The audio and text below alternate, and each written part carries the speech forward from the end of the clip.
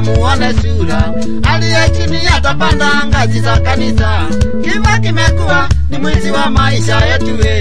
Unaweza kufa ukiwa mnafanya kazi, unaweza kufa ukiwa mwafanya harusi, unaweza kufa ukiwa mwasherekea Disemba. Kifo hakina dawa wala siku. Kifo hapa duniani kimesumbua watu. Naimba nikiomboleza walevi, wale walikunywa pombe haramu. Kuna sentro walipotea macho, wengine siakaga waliwekewa sumu. Na huko Embu 23 walikufa papa.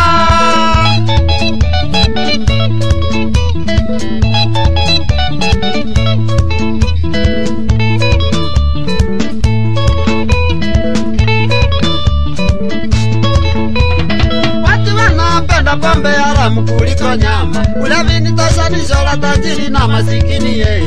Ukiwa masikini na ukunywe pombe ya Tusker, utapulani vile utakuwa tajiri. Utapulani vile utaenda ng'ambo. Utapulani hata kununua ploti brother. Lakini ukikunywa karobo na miti ni dawa, unapulani kuangamiza wenzako. Pombe haramu ni ya upuzi na shinda. Unaenda kunywa na hujakula kitu. Ukilewa unashinda na kusimama. Unalegea na tisote za mwili. Unatembea mwendoni kama kinyonga. Unajikojelea ni kama mtoto. Hakuna mtu wa kukufunga napkin. Unafungwa suruali kwa miguu na kamba sababu ya mavie.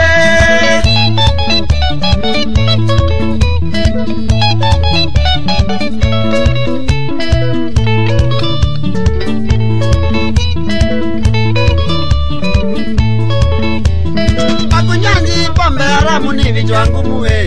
Unaangamiza maisha na pombe haramu. Unakunywa pombe haramu zote ndafurao.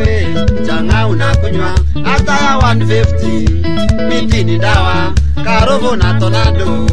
Musa tayari imechemshwa uliyosema onda Jesus. Naomba kampuni ya mbuli wale sasa ituandalie pombe ya maskini. Iangamize pombe zote haramu. Na pia ifunikwe kama Tusker. Na minimum bei yake iwe ni shilingi 10.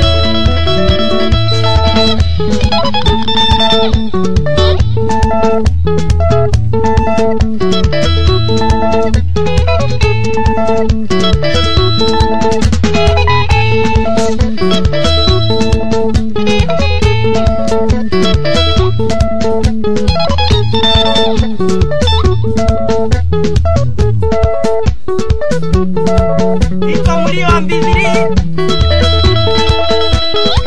Salimia Ibrahim Mujagi sana. Pamoja na Jacksoro. Kiwa ufaidi high point.